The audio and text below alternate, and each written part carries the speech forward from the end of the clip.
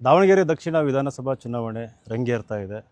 But ಈ ಚುನಾವಣೆಯಲ್ಲಿ ಹಲವಾರು ಸಮೀಕರಣಗಳು ನಡೀತಾ ಇದ್ದಾವೆ, ಹಲವಾರು ವಿಚಾರಗಳು, ಸಿದ್ಧಾಂತಗಳು ಮುನ್ನೆಲೆಗೆ ಬರ್ತಾ ಇದ್ದಾವೆ. ಒಂದು ಎಲ್ಲರಿಗೂ ಇರೋ ಪ್ರಶ್ನೆ ಏನಪ್ಪ ಅಂತಂದರೆ, ಅಹಿಂದ ವರ್ಗ ಈ ಸಾರಿ ಕಾಂಗ್ರೆಸ್ಸಿಗೆ ವೋಟ್ ಹಾಕುತ್ತಾ ಇಲ್ವೋ ಅಂತಂದು ಭಾಳ ಗಂಭೀರವಾಗಿ, ಭಾಳ ಕಾನ್ಫಿಡೆಂಟಾಗಿ ಹೇಳೋದಕ್ಕೆ ಇಷ್ಟಪಡ್ತೀನಿ. ದಾವಣಗೆರೆ ದಕ್ಷಿಣ ವಿಧಾನಸಭಾ ಚುನಾವಣೆಯಲ್ಲಿ ಏನು ಉಪಚುನಾವಣೆ ನಡೀತಾ ಇದೆ, ಯಾವುದೇ ಕಾರಣಕ್ಕೂ ಈ ಸಾರಿ ಅಹಿಂದ ವರ್ಗ ಕಾಂಗ್ರೆಸ್ಸಿಗೆ ವೋಟ್ ಹಾಕೋದಿಲ್ಲ ಅಂತಂದು. ಅದಕ್ಕೆ ಹಲವಾರು ಕಾರಣಗಳನ್ನು ಕೊಡ್ತೀನಿ. ಮೊದಲನೇ ಕಾರಣ, ಈಗ ಅಹಿಂದ ಅಂತ ಅಂದಾಗ ಅಲ್ಪಸಂಖ್ಯಾತ, ಹಿಂದುಳಿದ, ದಲಿತ ವರ್ಗಗಳಂತ ಎಲ್ಲ ಬರ್ತವೆ. ಈ ಒಂದು ಕ್ಷೇತ್ರ ಸುಮಾರು 85% ಅಹಿಂದ ಕ್ಷೇತ್ರ ಆಗಿದ್ದರೂ ಕೂಡ ಕಾಂಗ್ರೆಸ್ ಪಕ್ಷ ಅವರಿಗೆ ಅನ್ಯಾಯ ಮಾಡಿದೆ, ಮೋಸ ಮಾಡಿದೆ, ಜೊತೆಗೆ ಅವಮಾನ ಕೂಡ ಮಾಡಿದೆ. ಟಿಕೆಟ್ ಕೊಡ್ತೀವಿ ಅಂತ ನಂಬಿಸಿ ಕೊನೆಯ ಕ್ಷಣ ತನಕನೂ ಹೇಳಿ ಯಾವುದೇ ಕಾರಣಕ್ಕೂ ಟಿಕೆಟ್ ಕೊಡ್ದಂಗೆ ಅಲ್ಪಸಂಖ್ಯಾತರು ಇರ್ಬೋದು ಅಥವಾ ಅಹಿಂದ ವರ್ಗದವರು ಇರ್ಬೋದು ಅವರಿಗೆ ಅನ್ಯಾಯ ಮಾಡಿರುವಂಥದ್ದು. ಅದು ಎಷ್ಟು ಅಸಮಾಧಾನ ಇದೆ ಅಂತಂದರೆ, ಇದರಲ್ಲಿ 3 ಹಂತ ನೋಡ್ಬೋದು. ಮುಸ್ಲಿಂ ಅಸಮಾಧಾನದಲ್ಲಿ 3 ಹಂತಗಳು. ಮೊದಲನೇದು, ಟಿಕೆಟ್ ಕೇಳಿದರು, ಸಿಕ್ಕೇ ಸಿಗುತ್ತೆ ಅಂತಂದು ಡೆಲ್ಲಿ ತನಕ ಹೋರಾಟ ಮಾಡಿದರು. ಎರಡನೇದು, ಟಿಕೆಟ್ ಸಿಗದೇ ಇದ್ದಾಗ ನಾವು ಕಾಂಗ್ರೆಸ್ನ ಸೋಲಿಸ್ತೀವಿ, ಕಾಂಗ್ರೆಸ್ಸಿಗೆ ಯಾವ ಕಾರಣಕ್ಕೂ ವೋಟ್ ಹಾಕಲ್ಲ, ನಮ್ಮಲ್ಲೇ ಇರುವ ಪಕ್ಷೇತರ ಅಭ್ಯರ್ಥಿಗಳಿಗೆ ವೋಟ್ ಹಾಕ್ತೀವಿ ಅಂತಂದರು. ಈಗ 3ನೇ ಹಂತ ಏನಪ್ಪ ಅಂತಂದರೆ, ನಾವು BJPಗೂ ಕೂಡ ವೋಟ್ ಹಾಕ್ತೀವಿ ಅಂತಂದು ಅಲ್ಪಸಂಖ್ಯಾತರು. ನಿನ್ನೆ ಕೂಡ SSM ನಗರಕ್ಕೆ ಹೋಗಿದ್ದೆ ರಾತ್ರಿ. ಸುಮಾರು ಒಂದು 200-300 ಜನ ಯೂತು, ಆಮೇಲೆ ವಯಸ್ಸಾಗಿರೋರು, ಪ್ರತಿಯೊಬ್ಬರು ಕೂಡ ಈ ಸರಿ ನಾವು BJP ವೋಟ್ ಹಾಕ್ತಿದ್ದೀವಿ ಅಂತ ಹೇಳ್ತಾ ಇದ್ದಾರೆ. ಸೊ ಇದು ಮೊದಲನೇ ಕಾರಣ, ವಿಶ್ವಾಸ ಕಳ್ಕೊಂಡಿರುವಂಥದ್ದು. ಎರಡನೇದು, ಒಳ ಮೀಸಲಾತಿ. ಏನು SC/STಗಳಿಗೆ ಅನ್ಯಾಯ ಆಗಿದೆ, ಒಳ ಮೀಸಲಾತಿ ವಿಚಾರ, ಅದು ಯೂತಲ್ಲಿ, ಎಸ್ಪೆಷಲಿ ಅನ್ಎಂಪ್ಲಾಯ್ಡ್ ಯೂತ್ ಏನಿದ್ದಾರೆ ಅವರಿಗೆ ಕಾಂಗ್ರೆಸ್ ಸರ್ಕಾರದ ಮೇಲೆ ಭಾಳ ಕೆಟ್ಟ ಕೋಪ ಇದೆ. ನಿರುದ್ಯೋಗ ಸಮಸ್ಯೆ ಕಾಡ್ತಾ ಇದೆ. ನಾವು ನಮ್ಮ ಗಾಂಧಿನಗರಲ್ಲೆಲ್ಲ ಹೋದ್ವಿ ಅಂತಂದರೆ ಕೇವಲ ಪೌರ ಕಾರ್ಮಿಕರು, ಆಮೇಲೆ ಈ ದಾವಣಗೆರೆಯಲ್ಲಿ ಬ್ಲ್ಯಾಕ್ ಮೇಲ್ ಮಾಡ್ತಾರೆ. ಅಹಿಂದ ವರ್ಗದವ್ರನ್ನ ಬ್ಲ್ಯಾಕ್ ಮೇಲ್ ಮಾಡಿ ಹೆದರಿಸಿ ಬೆದರಿಸಿ ಅವರನ್ನು ಈ ಮ್ಯಾನ್ಯುವಲ್ ಜಾಬ್ ಏನಿದ್ದಾವಲ್ಲ, ಮ್ಯಾನ್ಯುವಲ್ ಸ್ಕ್ಯಾವೆಂಜಿಂಗ್ ಇರ್ಬೋದು, ಕಸ ಹೊಡೆಯೋದಿರ್ಬೋದು, ಕಸ ಕಲೆಕ್ಟ್ ಮಾಡೋದಿರ್ಬೋದು, ಈ ಥರ ಜಾಬ್ಗಳಿಗೆ ಮಾತ್ರ ಅವ್ರನ್ನ ರಿಸ್ಟ್ರಿಕ್ಟ್ ಮಾಡಿ ಅವ್ರನ್ನ ಸಂಪೂರ್ಣ ನಿರ್ಲಕ್ಷ್ಯ ಮಾಡಿರೋಂಥದ್ದು ಈ ಸರಿ ಒಂದು ಜಾಗೃತಿ ಬಂದಿದೆ. ಸೊ ಅವರು ಎಸ್ಪೆಷಲಿ ಯೂತು, ನೆನ್ನೆ ಗಾಂಧಿನಗರಕ್ಕೂ ಹೋಗಿದ್ದೆ, ಗಾಂಧಿನಗರದಲ್ಲಿರೋ ಯೂತ್ ಎಲ್ಲರೂ ಈ ಸರಿ BJP ಸಪೋರ್ಟ್ ಮಾಡಬೇಕು, ಯಾವುದೇ ಕಾರಣಕ್ಕೂ ಕೂಡ ಕಾಂಗ್ರೆಸ್ಸಿಗೆ ವೋಟ್ ಹಾಕಲ್ಲ ಅನ್ನೋದು. ಮೂರನೇದು, ಹಿಂದುಳಿದ ಜಾತಿಗಳಲ್ಲಿ ಒಂದು ಹೊಸ ರಾಜಕೀಯ ಪ್ರಜ್ಞೆ ಜಾಗೃತ ಆಗಿದೆ ಈ ಚುನಾವಣೆಯಲ್ಲಿ. ನಾವು ಶ್ರೀನಿವಾಸ ದಾಸ್ ಕರಿಯಪ್ಪನವ್ರನ್ನ ಗೆಲ್ಲಿಸೋದ್ರ ಮೂಲಕ GB ವಿನಯ್ ಕುಮಾರ್ ಅಂತ ಯುವಕರು ಏನೋ ಈ ಒಂದು ಕ್ಷೇತ್ರದಲ್ಲಿ BJP ಗೆಲ್ಲಿಸ್ಕೋಬೇಕು, ನಮ್ಮ ದಾಸ್ ಕರಿಯಪ್ಪರನ್ನ ಗೆಲ್ಲಿಸ್ಕೋಬೇಕಂತ ಓಡಾಡ್ತಾ ಇದ್ದಾರೆ. ಇವರಿಗೆ ನಾವು ಸಪೋರ್ಟ್ ಮಾಡೋದ್ರಿಂದ ಇವರನ್ನು ರಾಜಕೀಯವಾಗಿ ಬೆಳೆಸ್ದಂಗೆ ಆಗ್ತದೆ.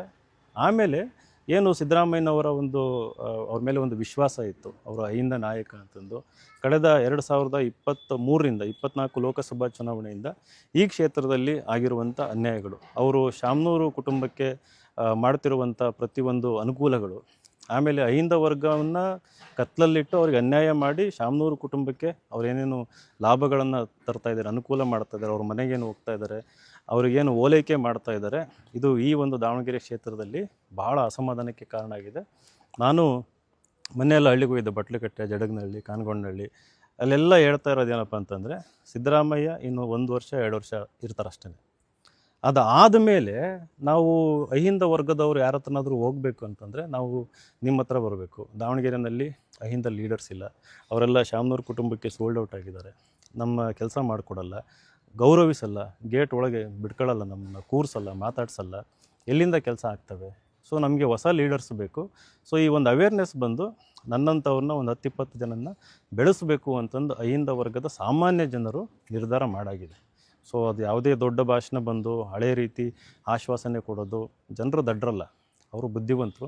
ಸೊ ಇದು 3ನೇ ಕಾರಣ, ಹಿಂದುಳಿದ ವರ್ಗಗಳಲ್ಲಿ ಬಂದಿರುವಂಥ ಒಂದು ಅವೇರ್ನೆಸ್ಸು. 4ನೇ ಕಾರಣ, ಈ ಒಂದು ಕ್ಷೇತ್ರ ನಾನು ಹೇಳಿದೆ ಅಹಿಂದ ಕ್ಷೇತ್ರ ಅಂತ ಹೇಳಿದೆ. ಈ ಒಂದು ಅಹಿಂದ ಕ್ಷೇತ್ರದಲ್ಲಿ ಮುಂಚೆಯಿಂದನೂ ಕೂಡ ಅಭಿವೃದ್ಧಿ ಅನ್ನೋದು ಮರೀಚಿಕೆ ಆಗಿರುವಂಥದ್ದು. ಅಂದರೆ ನೀವು ಓವರಾಲ್ ನೀವು ಡೆವಲಪ್ಮೆಂಟ್ ಅಂತ ತಗೊಂಡಾಗ ಶೈಕ್ಷಣಿಕವಾಗಿರ್ಬೋದು, ಆರ್ಥಿಕವಾಗಿರ್ಬೋದು ಎಷ್ಟು ಹಿಂದೆ ಉಳಿದಿದ್ದಾರೆ ಅಂತಂದರೆ ಅವರಿಗೆ ಅವಕಾಶ ವಂಚಿತರಾಗೋಗಿದ್ದಾರೆ. ಅವ್ರಿಗೆ ದಾವಣಗೆರೆ ಒಂದು ನಗರದಲ್ಲಿ ನಾವು ಬೆಳಿಬೇಕು ಅಂತಂದರೆ ಇಲ್ಲಿ ಅವಕಾಶಗಳಿಲ್ಲ. ಬೆಂಗಳೂರಿಗೆ ಹೋಗಬೇಕು, ಇನ್ಯಾವುದೋ ದೊಡ್ಡ ಊರಿಗೆ ಹೋಗಬೇಕು, ಅದನ್ನು ಒಂದು ಬೈಯಿಂಗ್ ಪವರ್ ಇಲ್ಲ, ಬಾರ್ಗೇನಿಂಗ್ ಪವರ್ ಇಲ್ಲ, ದುಡ್ಡಿಲ್ಲ ಅವ್ರ ಹತ್ರ. ಸೊ ಅವರಿಗೆ ಸಬಲೀಕರಣ ಅಂತಂದು ಏನೂ ಕೆಲಸಗಳಾಗಿಲ್ಲ.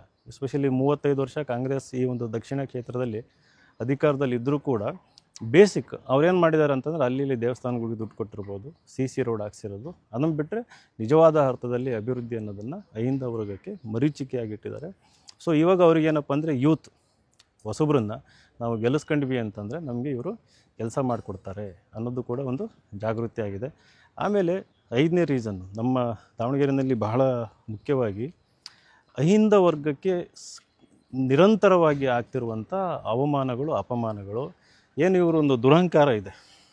ನಾವೇ ಶ್ರೇಷ್ಠ, ನಮ್ಮಿಂದನೇ ಎಲ್ಲ ನಡೀತಾ ಇರೋವಂಥದ್ದು, ನಾವಿದ್ರೇ ಇವ್ರದ್ದು ರಾಜಕೀಯ ಭವಿಷ್ಯ. ಏನಂದರೆ ಅಹಿಂದ ವರ್ಗದವರಿಗೆ ಒಂದು ಸಣ್ಣ ಪುಟ್ಟ ಸ್ಥಾನಮಾನಗಳನ್ನು ಕೊಡುವಂಥದ್ದು. ಮ್ಯಾಕ್ಸಿಮಮ್ ಅಂತಂದರೆ ದೂಡ ಅಧ್ಯಕ್ಷನ ಮಾಡೋದು, ಮೇಯರ್ ಮಾಡೋದು, ಕಾರ್ಪೊರೇಟ್ರ್ ಮಾಡೋದು, ಅಥವಾ ಜಿಲ್ಲಾ ಪಂಚಾಯತಿ ಮೆಂಬರ್ ಮಾಡೋದು. ಇಷ್ಟನ್ನು ಮಾಡಿಬಿಟ್ಟು ನಾವು ನಿಮ್ಗೇನೋ ಕೊಟ್ಟಿದ್ದೀವಿ ಅಂತಂದು ನಮ್ಮಲ್ಲಿರುವ ಅಲ್ಪತೃಪ್ತಿನ ಇವರೇನೋ ಮಿಸ್ಯೂಸ್ ಮಾಡ್ಕೊಂಡು ನಾವು ನಿಮ್ಮನ್ನು ಬೆಳೆಸಿದ್ದೀವಿ ಅಂತ ತಲೆಯಲ್ಲಿ ನಂಬಿಸಿರೋವಂಥದ್ದು.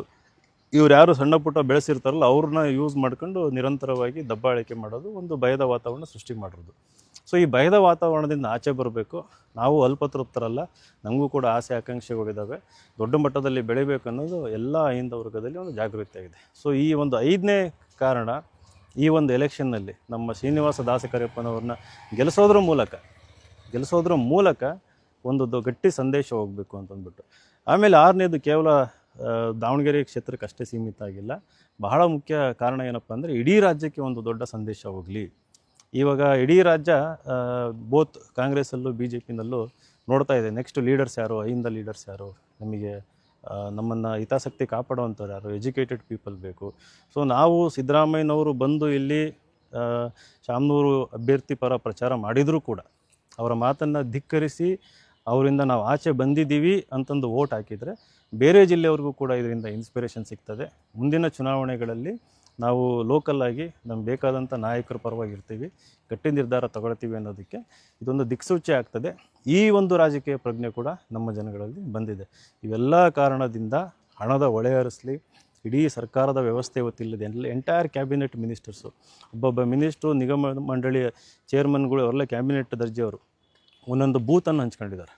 ಇದೆಲ್ಲ ಮಾಡಿದರೂ ಕೂಡ ಜನಗಳು ನಿರ್ಧಾರ ಮಾಡಾಗಿದೆ, ಈ ಸರಿ ಕಾಂಗ್ರೆಸ್ ವಿರುದ್ಧ ನಾವು ವೋಟ್ ಹಾಕ್ತೀವಿ, BJP ಅಭ್ಯರ್ಥಿನ ಗೆಲ್ಸ್ಕೊಂತೀವಿ ಅಂತಂದು. ಹಾಗಾಗಿ ಇದು ಒಂದು ಐತಿಹಾಸಿಕ ಚುನಾವಣೆ ಆಗ್ತದೆ. ಇಲ್ಲಿ BJP ಅಭ್ಯರ್ಥಿ ನಮ್ಮ ಸಹೋದರರಾದ ಶ್ರೀನಿವಾಸ ದಾಸಕರಿಯಪ್ಪನವರು ಗೆದ್ದೇ ಗೆಲ್ತಾರೆ. ನಮಸ್ಕಾರ.